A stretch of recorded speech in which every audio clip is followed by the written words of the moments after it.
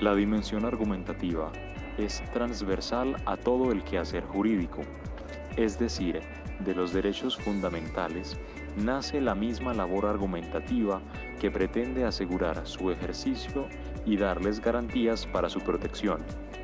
Consideramos que todos los derechos, no solo los fundamentales, tienen un contenido político, pero no se lo estamos dando nosotros, se los da el legislador o constituyente, del que emana la norma jurídica en la medida en que consagra los derechos que se matizan desde un contenido político circundante.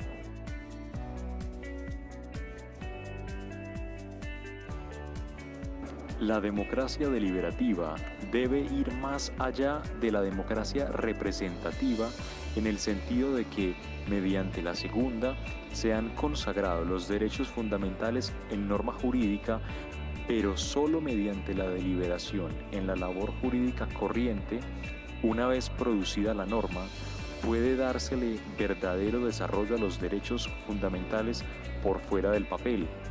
En ese sentido, el ciudadano como titular de sus propios derechos y el más interesado en su protección y cumplimiento debe tomar un papel activo que no se limite solamente a la participación electoral, sino que tome postura clara en la deliberación práctica que permita materializar el ejercicio de sus derechos fundamentales.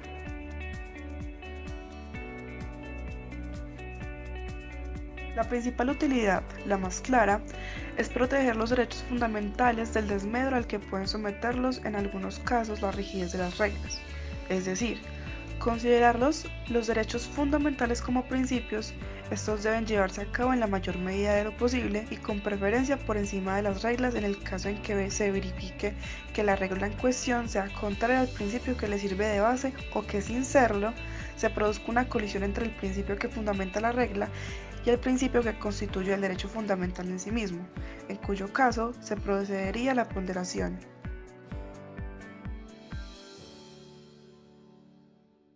Efectivamente, en eso consiste la posición de Atienza con respecto a la doctrina pospositivista a la cual tienen tan alta estima. Él considera que el positivismo se quedó corto en cuanto desconoce las necesarias conexiones entre el derecho y la moral, pero también considera que no puede el derecho prescindir de su carácter autoritativo. Por tales razones, brilla el pospositivismo. Este reconoce la voluntad dotada de autoridad que regula mediante el derecho, pero propende también por un razonamiento valorativo de las circunstancias que rodean el caso particular en procura de los principios, fines y valores de orden superior.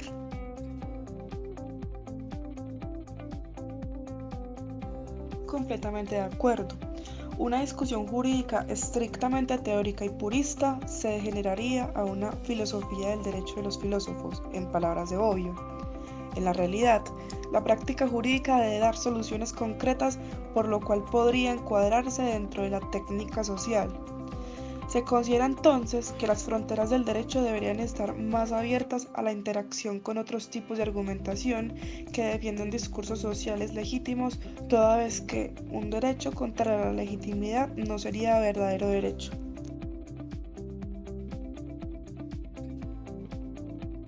Que sí conviene explicarlos de tal manera, ya que siempre que hay un marco mínimo de guía jurídica, este en cuanto a los valores es mínimo y escaso, es decir, se usan los minuciosamente necesarios para otorgar una coherencia de orden superior, es decir, un armazón, una estructura axiológica que guíe sin excepciones todas las acciones jurídicas.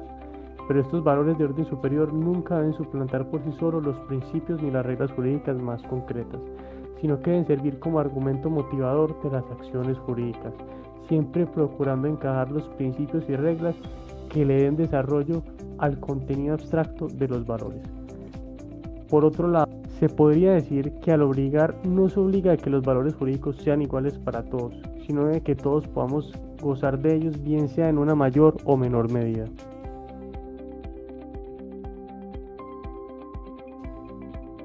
Un jurista racional aplica las reglas jurídicas mediante la adecuación y la subsunción, en tanto que los principios requieren de un procedimiento de ponderación. Las reglas son binarias y tienen carácter exclusivo, es decir, Las cosas caben o no caben dentro de su supuesto de hecho, y entonces aplican o no aplican. Cuando se demuestra que los hechos caen en zonas grises, es posible recurrir a los principios más generales para obtener una adecuación al caso. En este sentido, cuando una regla ofrece la solución jurídica de un caso, no puede concurrir otra, pues entre ellas se excluyen bien sea por criterio cronológico o jerárquico. En cambio, a la solución de un caso mediante principios pueden concurrir dos o más principios entre los cuales no puede establecerse un criterio de exclusión, motivo por el cual es necesario recurrir a la ponderación entre principios.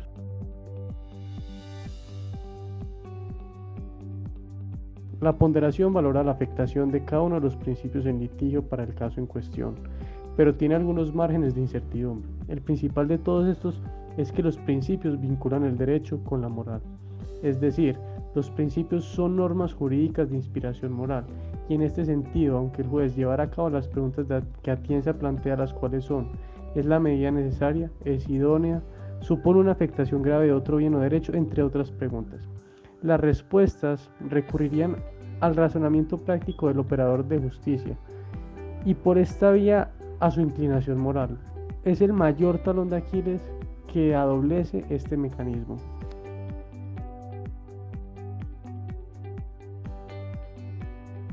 Atienza toma una posición muy clara y en nuestra opinión muy acertada acerca del sistema de ponderación propuesto por Alexi. En principio creemos que sus ideas se malinterpretan como fórmulas matemáticas supuestamente exactas o que garantizan lo justo. Estamos de acuerdo con Atienza en cuanto a que lo que plantea Alexi con el esquema de ponderación es una serie de elementos por chequear al tomar una decisión sobre un caso difícil, y realmente no es exacto, pero sí una gran ayuda en cuanto a la garantía de derechos. Sin embargo, las respuestas nunca serán concluyentes por la misma naturaleza moral de los principios, y siempre dejar abierto a interpretación personal la ponderación de estos mismos.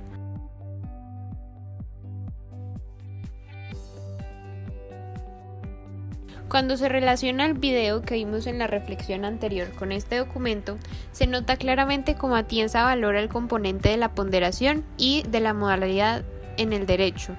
La obra de Alexi es efectivamente clara en la relación entre valoración jurídica y normatividad autoritativa, pero no los presenta como elementos conflictivos, sino complementarios.